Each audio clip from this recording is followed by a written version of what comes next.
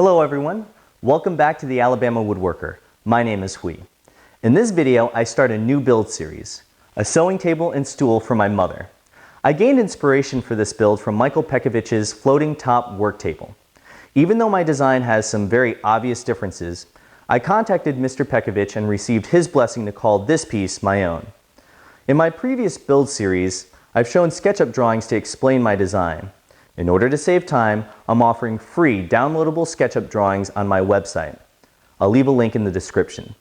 I will, however, give you a brief explanation of this table and stool so you won't get lost during these build series. This table and stool set blends the joinery from the arts and crafts movement with the sleek and airy look of contemporary furniture. The table base and stool are constructed of solid cherry with two-sided tapered legs, raised apron rails, and pillowed through mortise and tenon joints. I used a combination of long tenons, square tenons, and double tenons. The tabletop is an MDF core veneered with a raw wood curly cherry. I wanted to use an MDF core and veneer the tabletop because this piece will be shipped to New York, and I wanted to minimize the possibility of wood movement with the differences in humidity between Alabama and New York. The border of the tabletop is made of solid cherry and is joined at the corners with a bridle joint. The border edge is treated with a 15-degree under bevel to create a lighter look. Finally, holly inlay stringing was routed into the tabletop to create contrast and separation between the solid cherry border and the curly cherry veneer infield. This video focuses on the milling and joinery of the table base and stool. Alright, let's get back to the shop.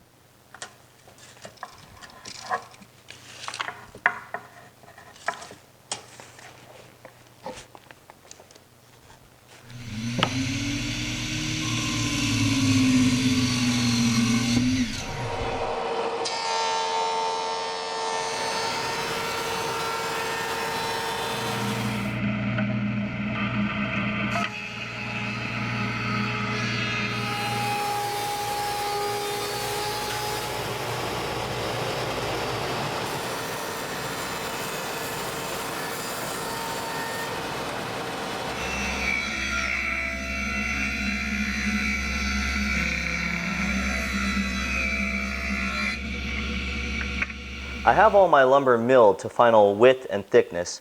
Now I'm going to go to the table saw and cut everything to final length. Then I'll lay out the mortises and cut the mortises on the hollow chisel mortiser.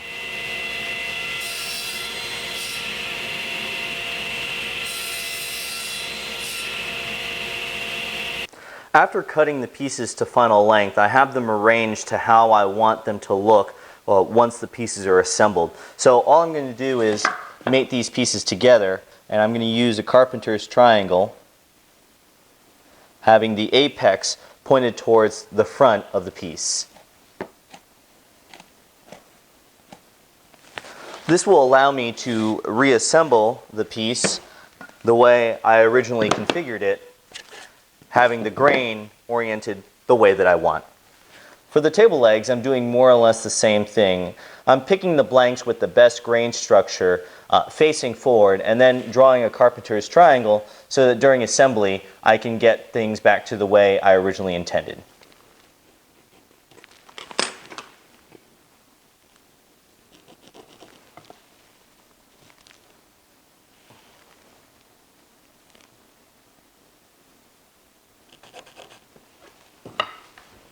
With a 3/8 inch mortising bit chucked up into my hollow chisel mortiser and all the stops properly aligned, I'm going to go ahead and mill up all of my mortises.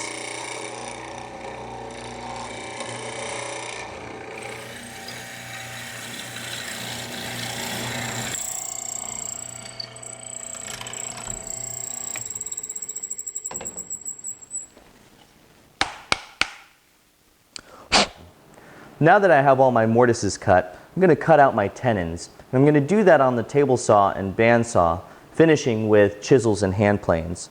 But in order to do that, I want to cut the shoulders and I want a nice crisp line. So I'm going to use a marking gauge to cut that line for the shoulders on all my tenons.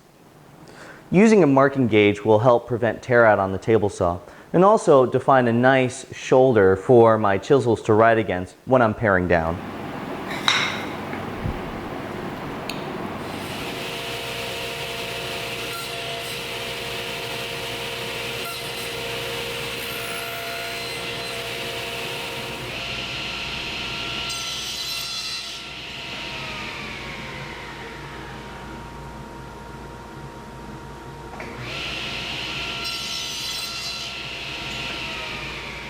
For final fitting, I'm going to use my shoulder plane and block plane along with my chisels to fit the tenons to the mortises.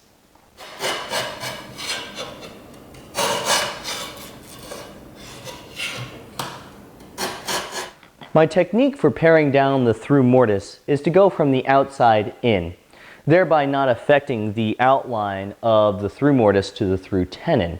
I want to keep that nice and tight.